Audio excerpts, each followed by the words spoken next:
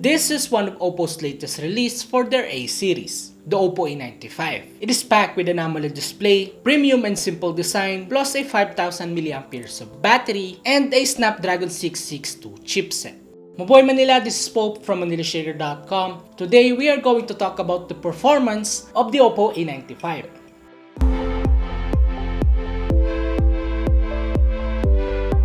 Quick specs before we get to the actual gameplay.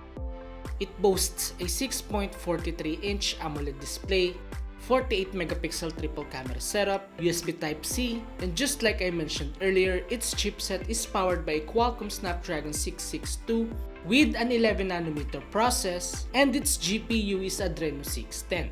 They could have opted for a more recently released chipset, but still, the Snapdragon 662 is a proven processor. The configuration of our review unit is 8GB of RAM paired with 128GB of storage. The OPPO A95 is backed by 5000 mAh of battery paired with 33 watts fast charging. With the AMOLED display and a small transistor, will the battery be more efficient? We will be talking about that later. We will start our gaming review with a fully charged device so that we can also see its battery performance. For our first game, we will be playing Mobile Legends. By default, our settings are set to medium graphics with HD and HFR mode turned off. But as you can see, there is a blinking light that is kinda recommending us to turn on HFR mode. So we will be turning them on and bumping the graphics quality to ultra. I don't know why the recommended settings is medium and both modes are off, but it can run the max available quality without any hiccups. No frame drops or stuttering even at clashes. There are no visible performance drops, which is great.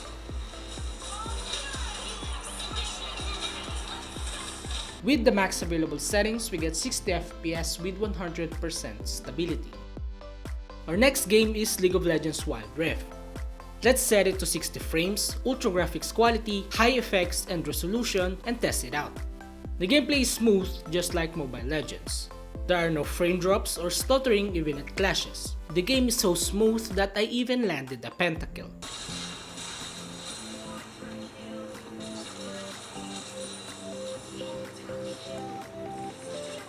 The only issue here is that unlike Mobile Legends, the device is starting to build up heat, but all in all, the performance is great.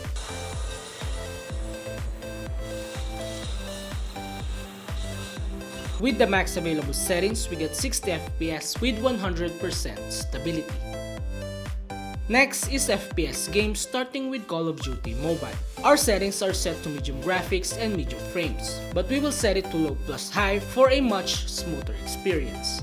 For its multiplayer mode, gunfights won't be a problem since it is very smooth.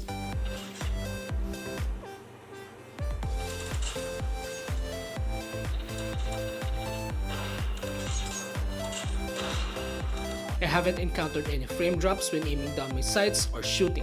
Doing some spray transfers would be easy as pie. For its Battle Royale mode, just like its multiplayer mode, it performed pretty well.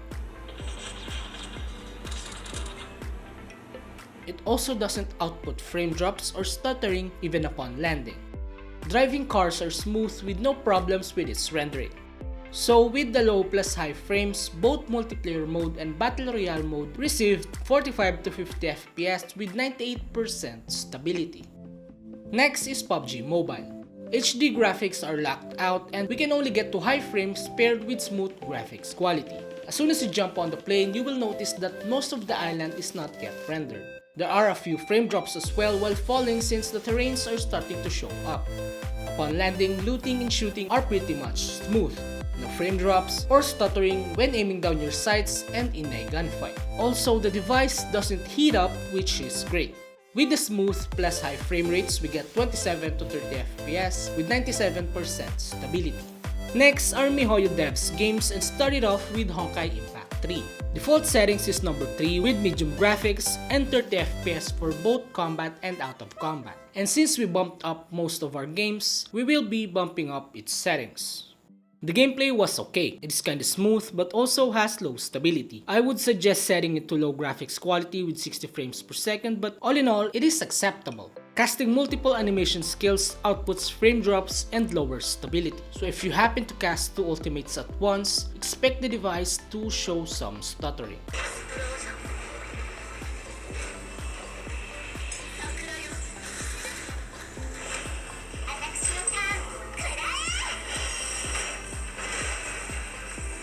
With the max settings, we get 30 to 35 FPS with 96% stability. While the low plus 60 FPS, we get 45 to 47 FPS with 97% stability. Last is Genshin Impact. By default, settings are set to low, but we will bump the FPS limit to 60 and see if it's smoother. And unfortunately, it is full of frame drops and stutterings. I don't recommend playing Genshin on this device since it has more frame drops than a stable gameplay. Just by running across the terrain, there are already performance drops. Also, the device is building up heat faster than League of Legends Wild Rift. As for its battery update, after 2 hours of gaming, our battery dropped from 100% to 78%. For its performance in charging, the 5000 mAh of the OPPO A95 can last up to 18 hours of video streaming at 50% brightness. Casual users can last up to 8 hours of screen time, while light users can pretty much last the whole day. As for its charging support, it is paired with a 33 watts Super VOOC charging. Juicing up the device from 0 to 100%, it took us 1 hour and 5 minutes. Again, for competitive and esports title games, the OPPO A95 will deliver smooth gameplay. But if you are looking to play Genshin or Hawkeye Impact, there are other smartphones that can deliver great performance for those games. Although this device is not really a gaming-focused machine, it still delivers a satisfying performance. So for the price of 15,999 pesos, the OPPO A95 is a good overall smartphone to have.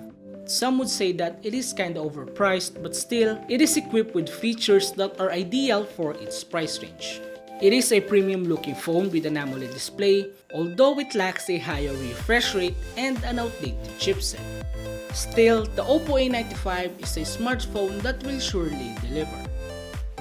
So that is a review of the OPPO A95. Let us know in the comment section below your thoughts about this device. Thank you guys for watching. Be sure to subscribe and ring the bell so you will be updated with our future contents. Also, don't forget to visit manilashaker.com for more tech news, reviews, and comparison of the latest device. Once again, this is Pope, and mabuhay Manila!